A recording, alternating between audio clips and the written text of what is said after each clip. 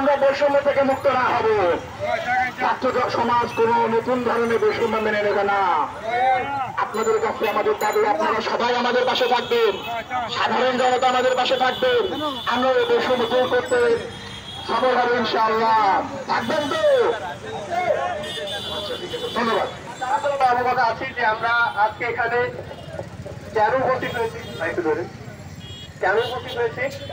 আমাদের আজকে দাবি দেওয়া আছে বেশ কয়েকটি। আমাদের প্রধান দাবি যেটা হচ্ছে আমাদের ছাত্র সমাজের প্রধান দাবি, আমরা যে জন্য এতদিন আন্দোলন করেছি যে বৈষম্যবিহীন যে একটা সমাজ ব্যবস্থা, সেখানে প্রধান প্রধান বাধাগুলো আমরা এখনো অতিক্রম করতে পারিনি।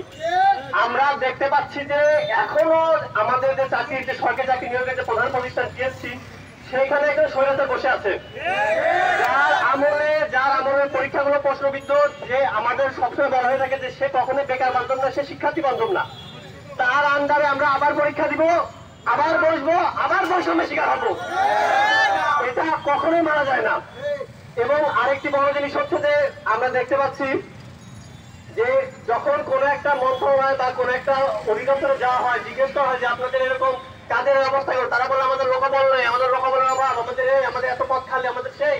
কিন্তু নিয়োগের বেলায়, সার্কুলারের বেলায় কোনো পদ নাই, তাদের শূন্য পদের বিপরীতে কোনো পদ নাই, তাদের শূন্য পদ ফাঁকায় কোনো সার্কুলার নাই, তাদের প্রমোটিরা এখন সবকিছু দখল করে রেখেছে। আমরা যে আরো আপনারা দেখতে পাচ্ছেন যে সাব ইন্সপেক্টর একটি হয়েছিল, যে কনস্টেবলটা দাবি করেছে 75% সাব ইন্সপেক্টর পদের হতে হবে কনস্টেবল থেকে, এবং বাকি মাত্র 25% সেটা হবে হচ্ছে অনার্স পাস, অর্থাৎ যারা স্নাতক পাস করছে তারা হবে হচ্ছে বাকি 25%।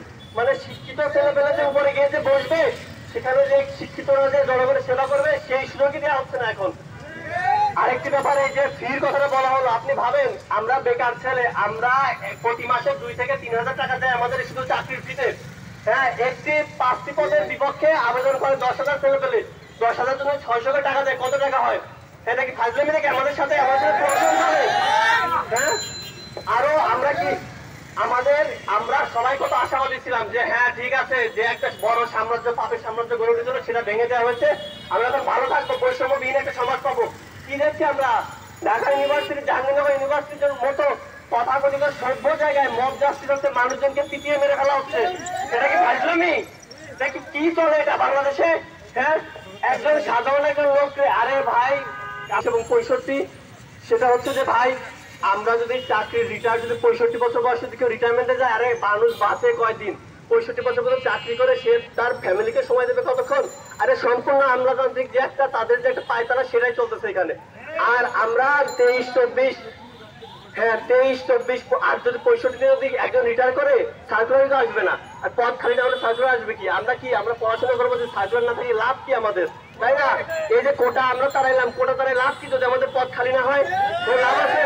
লাভ নেই। আর 35-এর ব্যাপারে